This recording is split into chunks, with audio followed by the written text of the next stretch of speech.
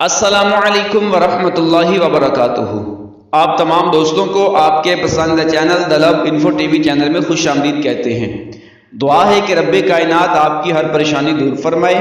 اللہ تعالیٰ آپ کو، آپ کے گھر والوں کو، آپ کے دوست احباب کو مصیبتوں سے، الجھنوں سے محفوظ فرما کر اللہ تعالیٰ ہمیشہ آپ کو اپنے حفظ و امان میں رکھے۔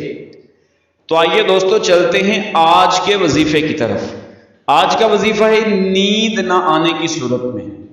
بہت سارے زندگی کے ایسے معاملات انسان کے ساتھ جڑے ہوتے ہیں، بہت سارے ایسے واقعات گزرتے ہیں انسان کے ساتھ جس کی وجہ سے انسان کوئی تھوڑا بہت پریشان ہو جاتا ہے، اور پریشانی کے عالم میں انسان بہت کچھ سوچتا جاتا ہے، جس کی وجہ سے انسان کو کبھی رات کو نیند نہیں آتی یا لیٹ نیند آتی ہے، بہت دیر تک جاگتا رہتا ہے، کوشش کرتا رہتا ہے، بستر پر کروٹیں بدلتا رہتا ہے، لیکن نیند نہیں آتی۔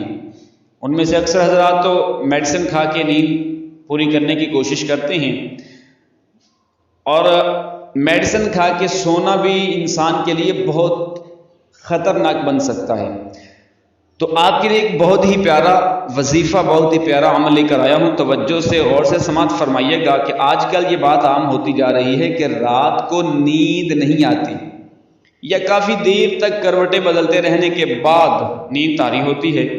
اس ضمن میں مروی ہے کہ ایک مرتبہ حضرت خالد رضی اللہ تعالی عنہ نے حضور اکرم صلی اللہ تعالی علیہ وسلم سے اپنے نیند نہ آنے کی شکایت کی کہ مجھے نیند نہیں آتی، تو حضور صلی اللہ تعالی علیہ وسلم نے فرمایا کہ اپنے بستر پر جاؤ تو یہ کلمات پڑھو: اللہم رب السماوات السبع وما اضلت ورب الارضین وما اقلت ورب الشیطان وما اضلت کن بی جاوا من شر خلقک كلهم جميعا ان يفرط على احد منهم وَأَن يَطْغَى عَزَّ جَارُكَ وَجَلَّ ثَنَاؤُكَ وَلَا إِلَٰهَ غَيْرُكَ۔ میرے حضور علیہ السلام نے حضرت خالد رضی اللہ تعالیٰ عنہ کو یہ ورد بتایا کہ رات کو بستر پر جب جاؤ، سونے سے پہلے یہ دعا اس کو پڑھ لیا کرو۔ 3 مرتبہ اس کو دعا کو پڑھنا ہے، اول و آخر درود پاک پڑھیں اور سینے پر پھونک مار کے سو جائیں۔ انشاءاللہ تعالیٰ آپ کو سکون کی نیند آ جائے گی۔